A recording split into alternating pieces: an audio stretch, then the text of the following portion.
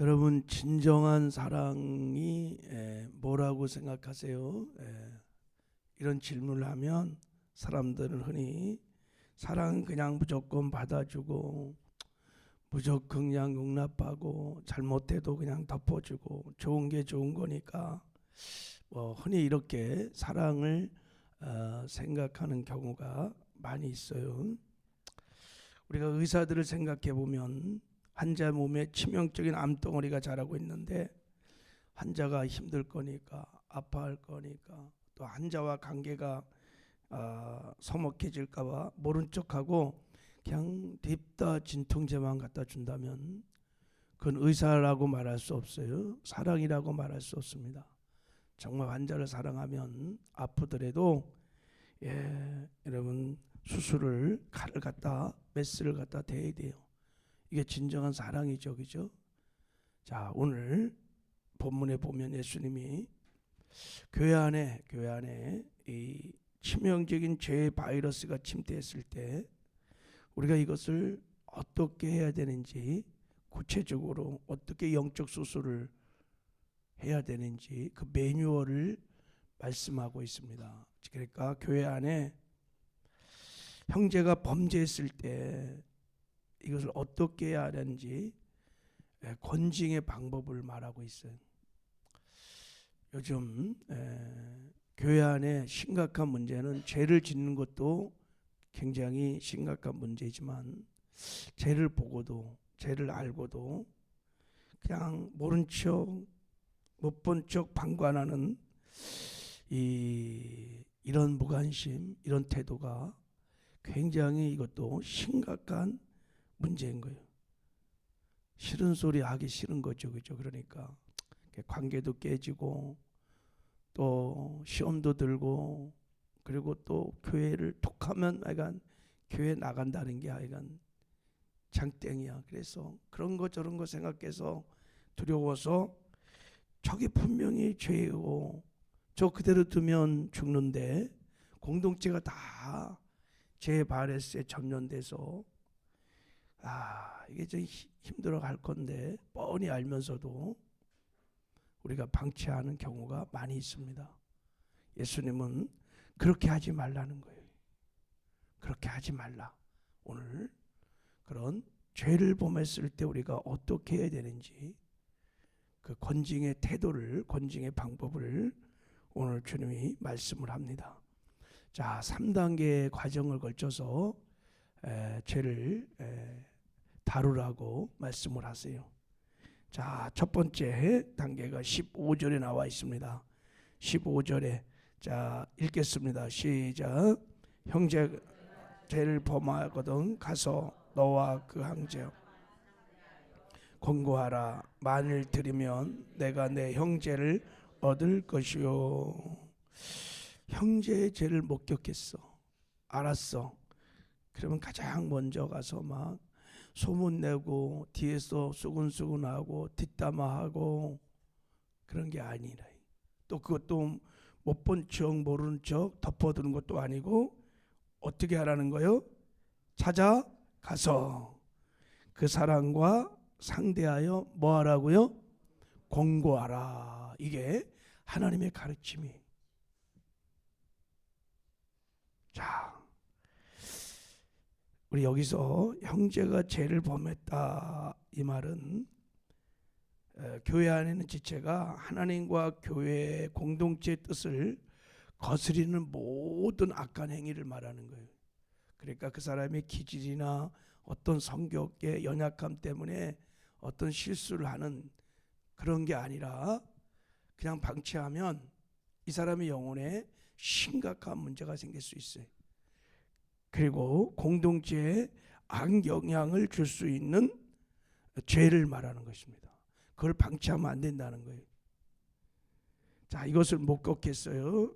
알았으면 권고하라는 거예요. 여기서 권고하라는 뜻은 이게 헬라어로 엘렌코라는 단어를 썼더라고요. 그러니까 죄를 깨닫게 하는 거예요. 그러니까 증거를 대서 죄를 깨닫게 하는 거예요. 그러니까 너 나쁘다, 너 잘못됐다, 마음 무조건 비난하는 것이 아니라 이 사람이 스스로 죄를 인정할 수 있도록 그렇게 도와주는 것이 권고하다 이러는 거예요. 자, 근데 이 권고하는 방식이 중요한데 이렇게 주님 말씀하셨어요. 너와 그 사람만 상대하고, 첫 번째는 너와 그 사람만 상대하고, 즉 단둘이서 하라는 거예요. 왜 그럴까? 아마 상대의 인격을 존중해서 또 체면을 살려주려고, 수치심 같은 걸 막아주려고. 이 말 안에는 사랑으로, 인격으로 그렇게 권고하라는 의미가 내포되어 있어요. 여러분, 하나님은 언제나 공의를 실현할 때 사랑 안에서 하십니다.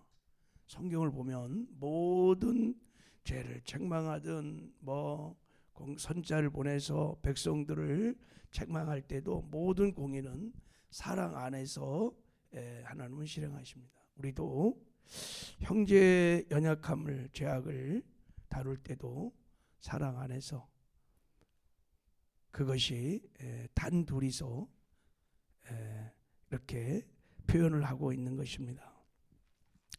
자, 성경에 이렇게 권면을 해서 회복됐던 사례들이, 여러 가지 사례가 성경에 있습니다. 그 중에 하나가 사무엘하 12장에 다윗이 밧세바를 간음하고 우리아를 간접 살인합니다. 그때 나단이 이 범죄를 알았어요. 그냥 방치하고 있지 않았습니다. 나단이 다윗을 찾아가서 단둘이서 만났습니다. 그리고 막 직설적으로 당신이 죄인입니다라고 말하지 않았어요.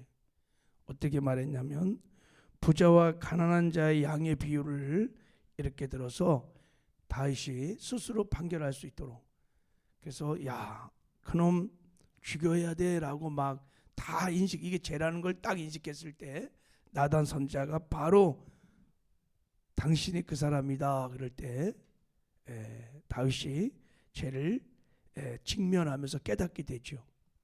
이게 권면이에요, 권고예요. 이렇게 스스로 죄를 깨닫게 하도록 한 것입니다. 그러면 형제를 얻게 된다. 여기 나오네. 형제를 얻게 된다. 그 죄악에서 형제를 건져낼 수 있게 된다는 것입니다. 나단 선자의 권고를 듣고 다윗은 변명하지 않고 하나님 앞에 내가 범죄했다고 거기서 통회를, 회개를 합니다. 그래서 나중에 죄의 대가는 치렀지만 여러분, 하나님과 관계도 회복되고 시편 그 51편이나 그 참회록들을 보면 관계가 다 회복됩니다. 그리고 이스라엘의 왕으로서의 영적 권위도 다시 다 회복됩니다. 이게 형제를 권고해서 회복시킨 전형적인 케이스입니다. 근데 성경에 보면 권고를 해서 실패한 경우도 여러 군데 있어요. 사울 왕이 그 대표적인 사람입니다. 사무엘 선지자가 사울에게 가서 하나님 말씀에 불순종했다고 권고해요. 근데 사울은 백성이 두려워서 그랬다면서 변명을 막 합니다. 회개를 하지 않아요. 그의 중심의 본질에 뭔가 좀 타락이 있었어요. 그래서 결국은 사울에게도 버림받고 하나님께도 버림을 받습니다. 자, 우리가 공동체 안에, 우리 지역 안에, 목장 안에, 또 우리 가족 안에 죄를 범했을 때 여러분, 어떤 소문만 듣고 막 정죄하면 일단 안 되고 팩트가 중요할 것 같아요. 제가 보기에 팩트를 정확히 사실을 따라 움직여야지만 누구한테 듣고 막 이런 거 보고 또 권면해도 안 돼요. 그리고 사랑 안에서 그 사람과 단둘이 만나서 권면을 하면 그 사람이 정말 회개하면 그 죄에서 건짐을 받게 될 것입니다. 회복의 역사가 일어날 것입니다. 자, 이제 두 번째 단계는 자 16절에 있는데, 자, 우리 16절을 읽어보겠습니다. 시작. 만일 듣지 않거든 한두 사람을 데리고 가서 두세 증인의 입으로 말미암아 확증하게 하라. 그 사람이 권고를 안 듣는 거예요. 안 받아. 막 완강하게 부족하는 거예요. 그러면 어떻게 해야 되냐? 한두 사람을 데리고 와서 그러니까 객관적으로 그 사람의 죄를 확증시키라는 거예요. 이게 주님이 가르쳐준 두 번째 방법입니다. 자, 이 말씀을 한번 보면 만일 듣지 않거든 이렇게 말 듣지 않거든. 그러니까 이 사람이 죄를 부인하는 거예요. 명백한 증거가 있는데도 난 그런 적 없으면서 죄 자체를 부인하고 아니면 그럴 수밖에 없어서 하면서 죄를 합리화시키는 거지. 그리고 그 상대의 권고를 무시하는 거예요. 네가 뭔데 나한테 이런 권고를 해? 하고 이렇게 이게 지금 듣지 않다는 말에 담겨진 의미들입니다. 이렇게 권고를 하면 듣지 않는 사람들의 특징은 마음이 강팍해서 그렇습니다. 교만하거나 아니면 그 죄가 죄인 줄 알면서 고의적으로 계속 죄를 반복해서 양심의 화인이 맞을 수도 있어요. 이런 사람들은 권고를 안 듣습니다. 특히 교만한 사람들도 이런 권고를 잘 안 듣습니다. 화를 내거나 시험 들거나 교회를 떠나거나 뭐 교회가 여기밖에 없어 하고 그럴 거예요. 자, 안 들을 수 있다는 것입니다. 그럴 때는 어떻게 해야 되느냐? 자, 한두 사람을 데리고 가서 자, 이때 거기 한두 사람을 데려간다는 것은 누구를 데려갈까요? 갈라디아서 6장 1절에는 신령한 너희가 이런 말이 있어요. 권면할 때 굉장히 영적 권위도 있고 성숙한 사람을 데려가야 돼. 그것을 객관적으로 볼 수 있는 한두 사람을 데려가야 돼. 교회는 뭐 두말할 것 없이 교육자나 아니면 장로님들이나 지역장이나 영적인 리더들을 데려가야 돼. 그래서 한두 사람을 데려가서 그들에게 말을 하는 것입니다. 두세 증인의 입으로 말마다 확증하게 하라 이렇게 말했어요. 이 말은 신명기 19장 15절 말씀을 인용하신 것입니다. 한 증인으로만 정할 것이 아니요 두 증인의 입으로나 세 증인의 입으로 그 사건을 확증할 것이라 라는 이 말씀을 가지고 이 사람이 죄를 지었다는 이 사실을 확증할 뿐만 아니라 우리가 정상적인 절차를 통해서 권면을 했다는 것을 확증하라는 거예요. 그래야 나중에 이제 3단계에서 교회 말을 하고 이 사람을 이제 출교시킬 때 하자가 없도록 그것을 분명히 확증을 하라는 것입니다. 자, 그럼에도 불구하고 이렇게 했는데도 불구하고 여전히 이 사람이 안 들어. 또 고치지도 않아. 자, 그럴 때 이제 3단계 조치를 예수님이 말씀하십니다. 어떻게 해야 하냐면 17절을 읽겠습니다. 17절 시작. 만일 그들의 말도 듣지 않거든 교회의 말하고 교회의 말도 듣지 않거든 이방인과 세리와 같이 여기라. 자, 그들의 말도 듣지 않고 그러면 교회에 말하라. 교회에 말하라는 거예요. 이게 참 여러분 이게 만약에 교회가 이렇게 죄를 범한 형제를 하나님의 말씀대로 권징한다면 공동체가 굉장히 거룩해질 거예요. 깨끗해질 거예요. 참 이게 쉽지 않은 것입니다. 그래서 교회 말할 때 공포하는 거예요, 여러분. 사실을 적시해서 주보에 내든지 아니면 공동회의나 전체 회의에서 이렇게 얘기하라는 거예요. 지금 우리가 이렇게 1대1로 권면했고 또 두세 증인을 통해서 이렇게 권면했는데도 불구하고 이 형제가, 이 사람이 죄를 떠나지 않고 여전히 그렇습니다 하고 말을 하라는 것입니다. 자, 근데 그 교회 말도 듣지 않을 때는 어떻게 해야 되냐면 어떻게 하라는 거예요? 이방인과 세리같이 여기라. 이거는 한마디로 말하면 출교시키라는 거예요. 출교시켜라. 교회 무섭죠, 그죠? 교회 무섭습니다. 자, 이 말은 그냥 미워하고 저주하란 말이 아니라 더 이상 형제로 대우하지 말라는 거예요. 성찬에 참여시키지 말라는 거예요. 교회 영적 보호 울타리 밖으로 내보내라는 것입니다. 사도 바울은 자 고린도전서 5장 5절에서 이 출교를 이렇게 말을 했습니다. 이런 자를, 그러니까 교회에서 음행을 저질렀어요. 음행을. 사람들이 그걸 봤어요. 그랬을 때 어떻게 처리를 했냐면 자 이런 말을 합니다. 이런 자를 사단에게 내주었으니 이는 육신은 멸하고 영은 주 예수의 날에 구원을 받게 하려 함이니라. 이렇게 말했어요. 이게 마지막 3단계 과정에서 교회가 하는 조치예요. 음란한 짓을 계속 반복하는 거예요. 권면을 안 들어. 한두 사람 증인도 안 들어. 그럴 때는 이 사람을 사탄에게 내주어 육신을 멸하고 영은, 그 영혼은 주 예수의 날에 구원을 받게 하려 함이라. 이렇게 말했어요. 이 말은 여러분 영적으로 교회 밖은 사단이 통치하는 나라예요. 그러니까 출교시키라는 거예요.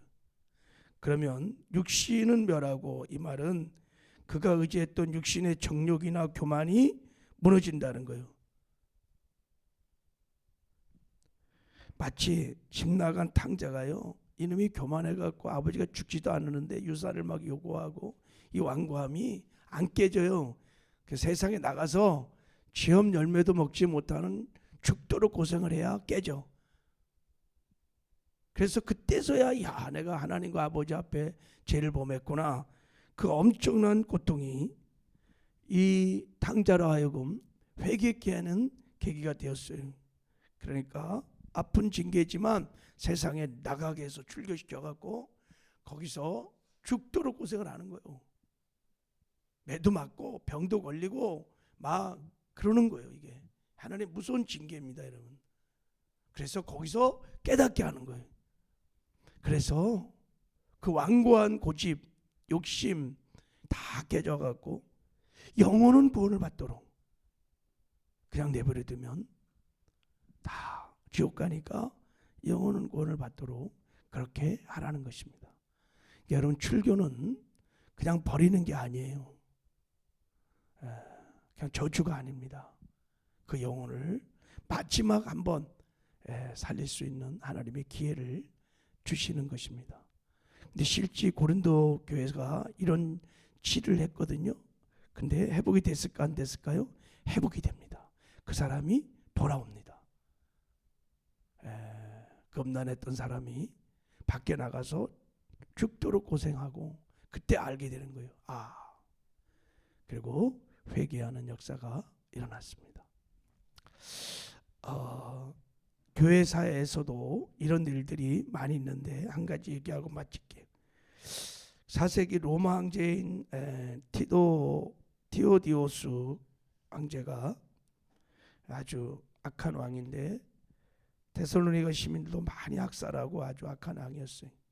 근데 황제는 아무 일도 없는 듯이 교회 와서 성찬을 막 받으러 갈 때 밀라노의 주교인 암브로시우스가 황제 앞을 딱 막았어요. 감히 목숨을 걸고 이제 권징을 하는 거예요. 폐하, 당신 손에 핏자국이 있습니다. 회개 없이는 성찬을 할 수 없습니다. 당신은 지금 이방인과 다름이 없습니다. 못 들어갑니다 하고, 감히 황제 앞에서 천을 호령하는 황제에게 이건 뭐 씻을 수 없는 목욕이고 지옥이죠, 그죠? 자, 그런데 황제가 그 권징 앞에 무릎을 꿇습니다. 옷을 찢고 수개월 동안 눈물로 회개를 하고 그 후에 다시 돌아옵니다. 회개하고. 만약에 이 암브로시우스의 주고가 단호한 권징이 없었다면 황제는 지옥 갔을 것입니다. 근데 권징이 있었고 이것을 받아들였기 때문에 그가 죄악의 지옥에서 건짐을 받는 아주 유명한 실제 있었던 일이죠. 교회 안에 이런 일들이 많이 있을 겁니다. 그대로 두면 그냥 지옥 가요. 하나님 그거 그대로 두지 말라는 거예요. 권고해서 그 영혼을 죄악에서 구원시키라는 거예요. 저에게도 참 부족함이 많은데 목회를 하다 보면 이런 생각이 들 때가 있어요. 저 사람 천국 갈 수 있을까? 이런 생각이 들 때. 천국 갈 수 있을까? 그런 사람이 있어요. 그런데 저 권고를 받지도 않고 많이 시험 들고 뭐 이런 생각 저런 생각 때문에 그냥 방치하는 경우가 많이 있어요. 제가 어제 말씀 묵상하면서 하나님께 회개했어요. 하나님 그렇게 하지 말라는 거예요. 그 영혼을 정말 사랑하면 권고를 하라는 거예요. 하나님께 맡기라는 거예요. 그래서 그가 시험이 들고 징계를 받아서 고통 중이라도 죄를 깨닫고 그 영혼이 구원받아 천국 갈 수 있다면 그렇게 하라는 것이 주님의 가르침입니다. 여러분 우리 교회 안에 죄에 대한 헌담, 방관 그런 게 아니라 사랑의 권면이 있는 교회가 되기를 주님의 이름으로 축복합니다. 그리고 내가 혹시 반대로 내가 권면을 받을 때 여러분 누군가 우리 교육자나 또 영적 리더들이 누군가가 나에게 사랑의 권면을 할 때 여러분 겸손하게 그걸 받으시고 회개하고 다시 주께로 돌아가는 은혜가 있기를 주님의 이름으로 축복합니다. 하나님 아버지 감사합니다. 형제가 범죄할 때 주님이 가르쳐